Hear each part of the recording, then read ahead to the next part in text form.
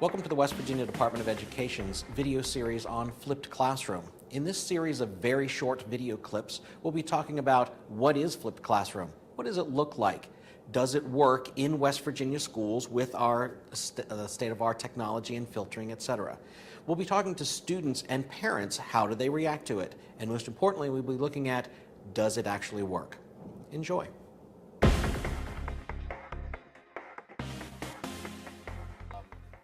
For your average teacher in West Virginia who says, what's the real scoop?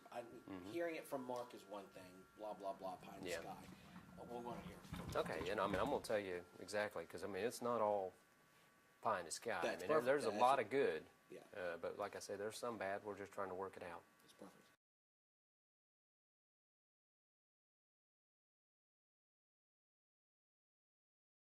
Okay, my name is Rob Grady, R-O-B, space G-R-A-D-Y. I'm a AP chemistry teacher at Point Pleasant High School. Okay, I'm Lewis Markham, and we're at Point Pleasant High School. I'm going to talk more about this, but in the real short answer, do you give Flipped Classroom a thumbs up or thumbs down? I give it a thumbs up. It's changed my way of teaching. I'd give it a thumbs up. In your own words, what is Flipped Classroom? It's when you kind of let the kids take control of the room and their own pace of learning. That's what it's meant to be. In your words, what is Flipped Classroom? Okay. Well, there's two things. There's flipped and there's flipped mastery. What I do is a flipped mastery. Flipped is where we have students outside the school environment watch some type of video, read some type of document to prepare them for activities to take place inside the classroom. Something that basically allows for maybe a little more flexibility, more opportunity to do more 21st century types of things in the classroom. Flip mastery is where we basically get the kids together and say, this is it, this is the course.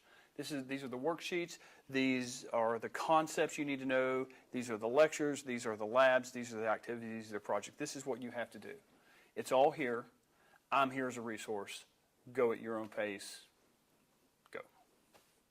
You said that you were nationally board certified before you did this, and yet you still like this. Let's talk about that for a bit. What changed in your teaching style? Well, I've seen things come and go, and people mention things, and I'll give it a look, and, I'm really careful about what I put in my room, because I know what I've been doing worked. But seen this flipping the classroom thing, and started reading about it, and I thought, what's really going on, you are letting the kids, you still have the same lecture, but the idea was that they could go home, they could watch the lectures at home, and then come in, and then when you're working the problems, you could help them with the problems. That appealed to me, because what I was seeing was, I would give them the lecture, and I'd maybe have 20 minutes left to do problems, and they wouldn't get done, so then they were at home, and then by the time they got home, they have 7 other classes, so by the time they got there, they forgot some of that stuff, and they struggled with that, and then they'd come in the next day a little bit frustrated with, hey, I forgot how to do this, or, looking through my notes, whatever, typical problems. And I thought, I think this might work. So let them get the lecture at home, when there's not a lot of questions in the lecture, and then let them on the problems, they'll be here, and then I can work through it with them.